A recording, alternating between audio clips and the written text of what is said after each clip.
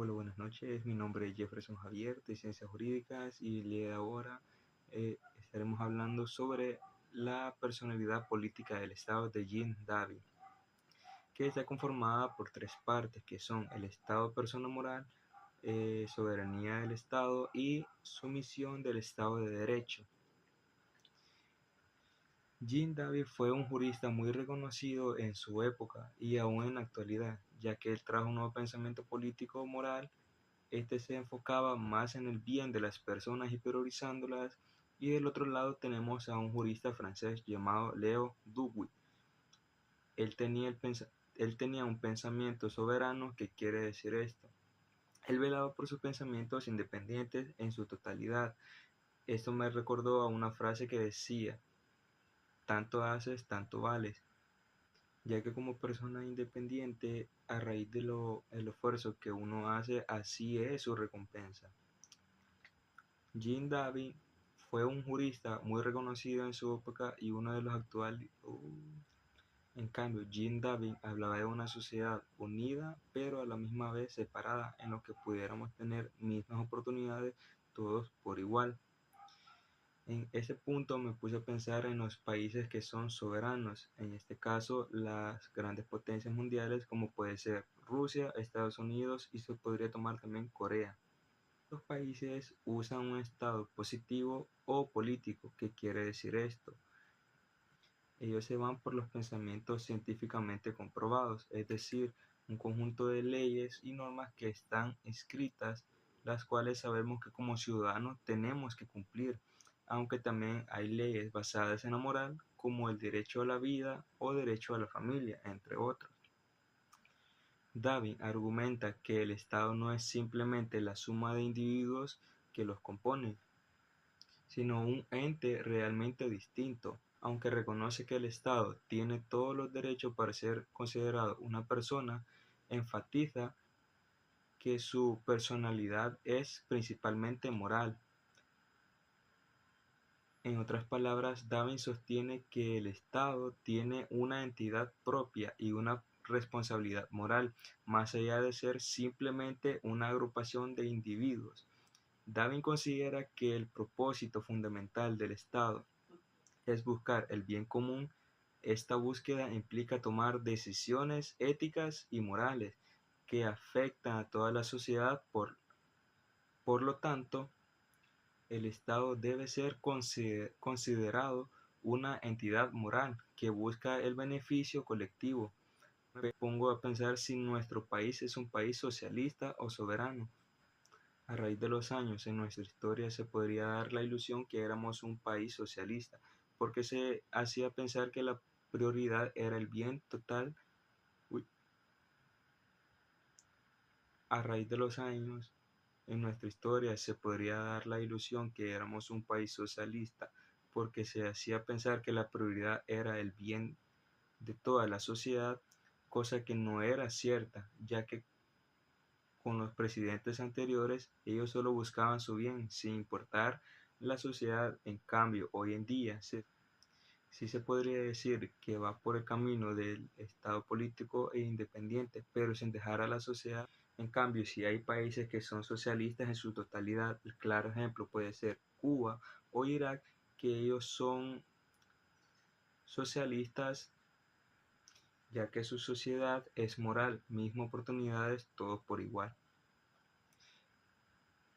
En la segunda parte tenemos soberanía del Estado. La soberanía estatal es la autoridad suprema que un país ejerce sobre su territorio y su población.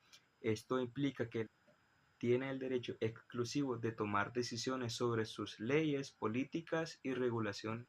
Además, la soberanía garantiza que ninguna entidad externa puede imponerle reglas o decisiones al Estado. El Estado tiene derechos, responsabilidades y decisiones, igual que una persona, que tiene que ser responsable de sus acciones y actuar de acuerdo con sus pensamientos morales. Aunque el Estado no es una persona física, se le trata como tal para poder regular sus acciones frente a dicha sociedad. la cual es la segunda parte de conjunto de derecho, explica que pues la persona moral del Estado no es físico. Obviamente el Estado no es una entidad física, por así decirlo, sino que se convierte en físico al tener una personalidad moral, porque se representa por un grupo de personas morales que se convierten en la personalidad moral. O sea, no es una sola persona, se hace ver y entender como un estado con una sola persona, pero no es una persona, sino que es la representación de personas que con poder político crean y hacen el estado. Se puede regir a normas y eso se convierte en ética, porque recordándonos que la diferencia entre moral y ética, que la moral no es empleada, pero la ética sí, ya viene con normas, con reglas, y entonces ahí entra la sumisión del Estado de Derecho y se convierte en un cuerpo jurídico y a todo lo demás con carácter soberano. Y entonces no es una persona, sino que es una representación de personas que la hacen ver como una persona. Es como el límite que tiene la soberanía de actuar. Entonces, como Dewey no creía en una soberanía porque decía que era algo no tan útil, pues no era tan factible para la teoría de David en lo que creía Dewey. Entonces, como Dewey creía que la soberanía era inútil, no, no hace el derecho, no tenía que limitar que mandato o limitar como el estado de Dewey. Aunque es individualista, también era una organización de personas que tenían un poder y organizaban esos mandatos. Entonces ahí es donde decía David que se encuentra y para David como este sí tenía un carácter soberano. Entonces para la sumisión de derechos era el límite de soberanía que podía actuar en el Estado. En resumen, la soberanía se trata de un país o de una población que está regida a través de una frontera, de cierto territorio. De eso se trata un Estado soberano, un Estado o país que ya tiene frontera, que tiene límite, obligaciones, leyes, reglas. Ese es un Estado soberano. Esa es la soberanía. La soberanía trata de que toda persona física o moral esté en un territorio, que esté puesto hacerlo con sus reglas, con sus derechos. Por último tenemos la sumisión del Estado de Derecho.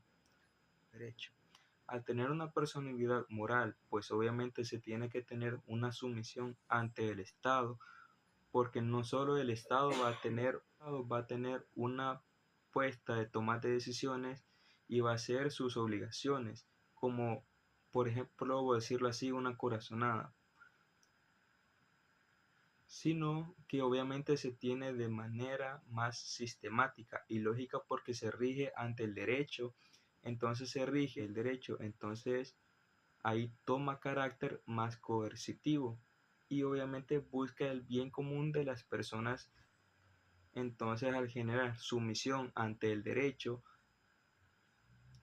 entonces ahí hay más poder coercivo, pero no enfocándose a la denominación ante la sociedad, que solo busca regir intereses pues personales de un grupo de personas, no porque eso lo veía Dewey, que al ser un estado más coercivo y moral, pues solo cumplía los intereses que lo beneficiaban al estado y no que lo beneficiaban a la sociedad. Entonces Darwin era al revés.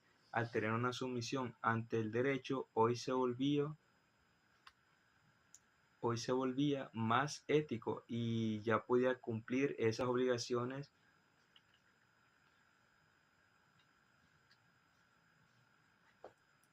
pues ahora más sistemáticamente, pero nunca enfocándose a lo de beneficiar solo a una parte de personas, y ahí tiene su carácter soberano.